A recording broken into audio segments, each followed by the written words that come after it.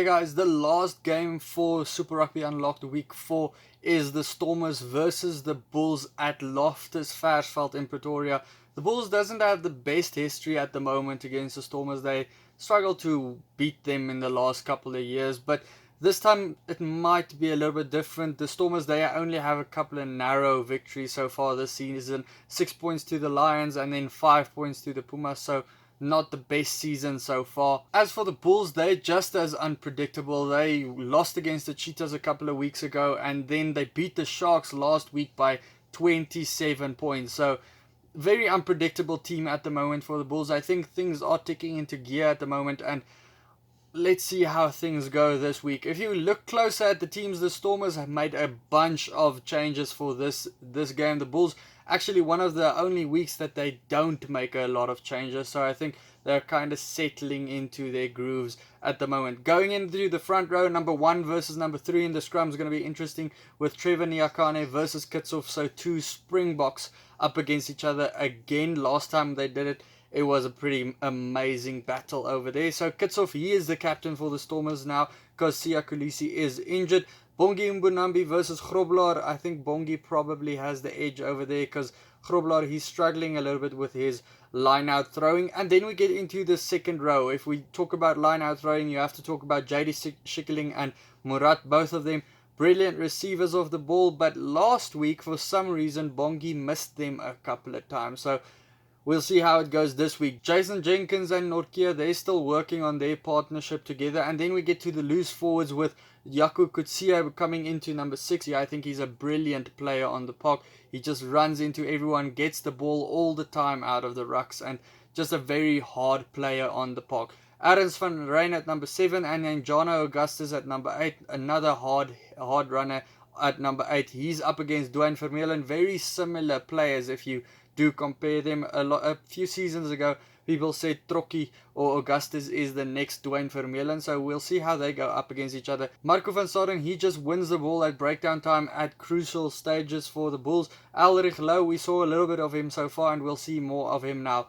Ivan van Zyl versus Herschel Jantjies is going to be a big battle. Two different type of number 9s. Ivan van Zyl, he is showing a little bit a different side to himself, playing a bit faster these days. Mornestein versus Damian Willemse, again two opposite types of number 10s. Mornestein being more of a distributing number 10, Damian Willemse like attacking the line. So Willemse being back at number 10, probably first thing you have to think is they'll probably miss a couple of conversions in this game. Yes, probably, because Tim Swiel was pretty good with the T last week. But the thing is that you have to look at that gap between Swiel and Pretorius. Last week the Pumas went for that gap every single time, and they scored a couple of tries from that. They also went in between Dan du Plessis and Rikus Pretorius as well. Damian Willemse, when he does come on, he does offer you more on defense, so that's probably why he is there. Cornel Hendricks and Gans, they will probably try and exploit some of those gaps with Pretorius and du Plessis still finding their rhythm, being a new partnership.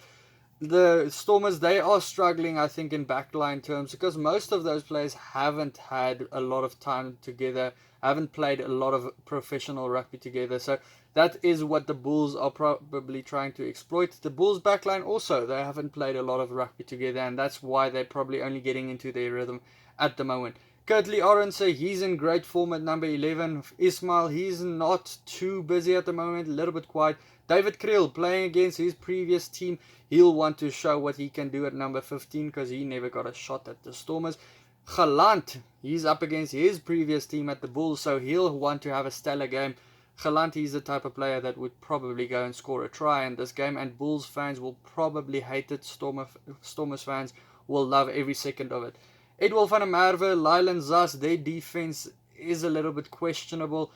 They also missed a couple of high balls last week as well, if I remember correctly. I think Zas was caught out of position a couple of times, so the Bulls might try and exploit that as well. Then we get to the benches. There's a lot of changes for the Stormers, but we still don't know what their bench actually looks like. They only confirm it usually just before the game or on the Friday afternoon, so just too late for me to confirm that. Skara Ntubeni, he is back for their team. He will go up against Joe van Zyl, who's been good in his couple of games he has played so far. Marcel van der Merwe, he's on the bench now again.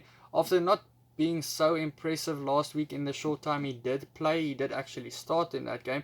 Sintu Manjesi versus Chris van Zyl, I think that's going to be a big battle in the second half. Nizam Kar versus, well, one of the teams that he got probably made his name for himself, so that's going to be a good battle over there. Then a couple of youngsters, Meijsen, Tienison, Jason Dixon, all of them want to show what they can do. Papier, he's going to bring some speed for the Bulls, as will Janse van Vieren. He's a big number 9 for the Bulls. That's why they do use him on the wing. And then further, Godlin Masimla, he was pretty good as well when he came on for the Stormers. If you go to the predictions, it's a difficult one to call, but I do think both of these teams have been pretty mediocre so far this season. I think the Bulls have turned a leaf. We don't know what the Stormers are going to do in 1 week, but looking at those two backlines, I think the Bulls are a little bit more in sync at the moment. I'd call the Bulls to win this one by 7 points, but it could go either way. It's always a difficult one. One of the biggest games when the Bulls do play the Stormers. Guys, let me know your prediction for this game down in the comments below. Check out any of these videos. Support the channel on Patreon if you want to. And then I'll see you for the next one. Cheers.